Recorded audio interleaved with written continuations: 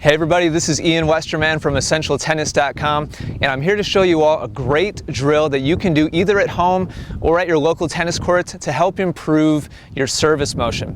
Very often recreational tennis players put a lot of effort into their serves, but they don't get a lot out in terms of power or spin.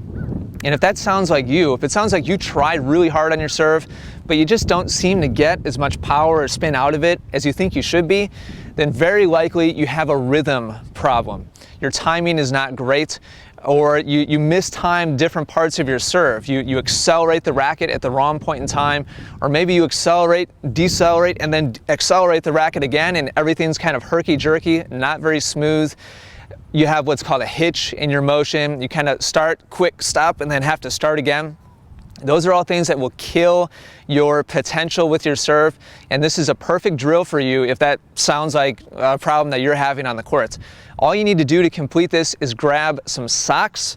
The longer the better. Here I've got some soccer socks that I just purchased at my local sporting goods store. Really, the longer the better, and you want to have 2 tennis balls in each sock. You see I've got 2 tennis balls in each of the socks here, and I just tied them together up at the top so that I have a knot at the ends, and again, trying to get these really as long as we can. If we can get them close to about the length of a tennis racket, that would be great. A little shorter than that, no big deal. So let me show you exactly what we're going to be doing with this to help improve your rhythm. Once you've got your socks with the tennis balls in them and the knot at the end, you're going to want to approach the baseline and get yourself set up just the way you normally do to get ready to serve to the other side of the court. You're going to hold the knot in your dominant hand and begin with the tennis balls at the end of the socks in your non-dominant hand, in your tossing hand. And you're going to separate your hands just like you would in a service motion. And our goal here is going to be to go through a full entire service motion with the balls and the socks moving around our body smoothly and fluidly. So it's going to look something like this. So that's one completed motion.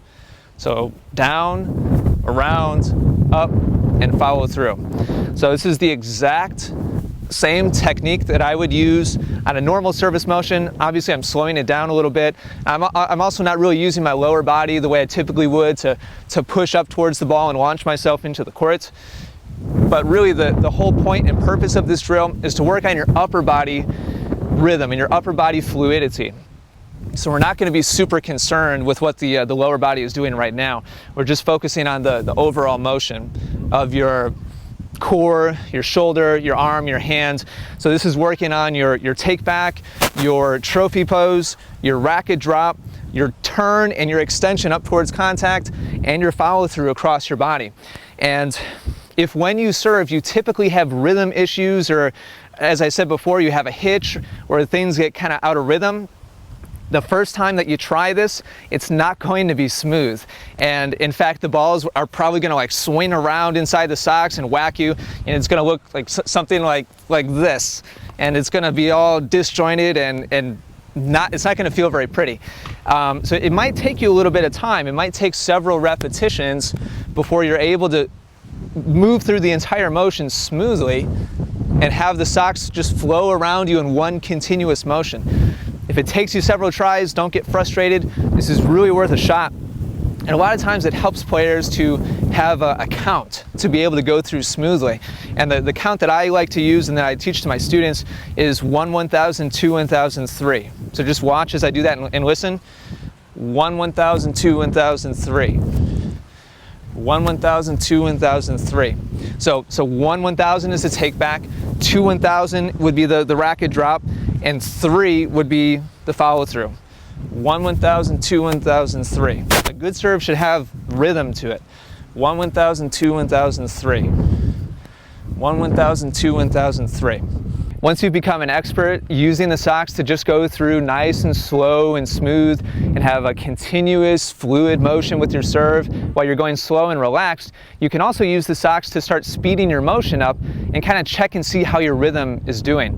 The way we're going to do that is by stepping up to the baseline, going through a full motion, and releasing the socks. We're going to let them go, and we're going to see what kind of distance we can get. And how good a rhythm you have while accelerating the socks is going to determine how much distance we get. A lot of times recreational players will attempt to speed their motion up and they lose their rhythm and their timing, and all of a sudden they're trying super hard, but they actually get less out of it because they lose that fluidity and that smoothness. They lose their rhythm and their timing. So the socks are going to be a great way to give us feedback on that and let us know how good of a job we're doing. So, oh, one thing I almost forgot. When should we accelerate? What should the rhythm and the timing of the acceleration be? Well, as you take the socks back and you get yourself set up in your trophy pose, that should all be smooth and slow and relaxed. Once the balls come around and they start to drop back behind you, which would be our racket drop, at that point in time, you want to start to accelerate your body. So rotate your core up towards contact, rotate your shoulders up towards contact, and accelerate your arm, your shoulder, and your hands up towards contact aggressively. And it's at that point in time, at full extension, that you want to release the socks and let them fly.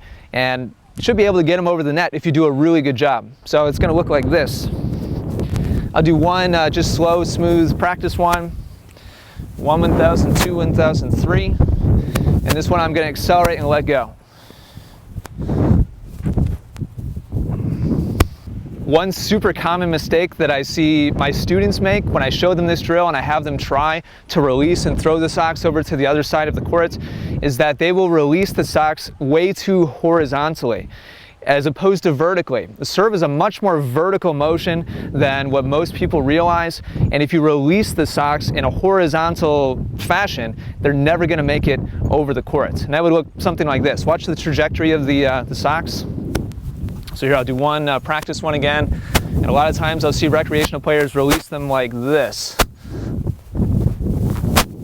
Like literally, and the socks will go straight out from their shoulder and then very quickly get sucked down into the court.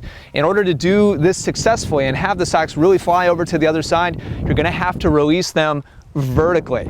And again, the service motion is so much more upwards oriented than what most recreational players realize, and the socks are a great way to train that vertical acceleration into our stroke.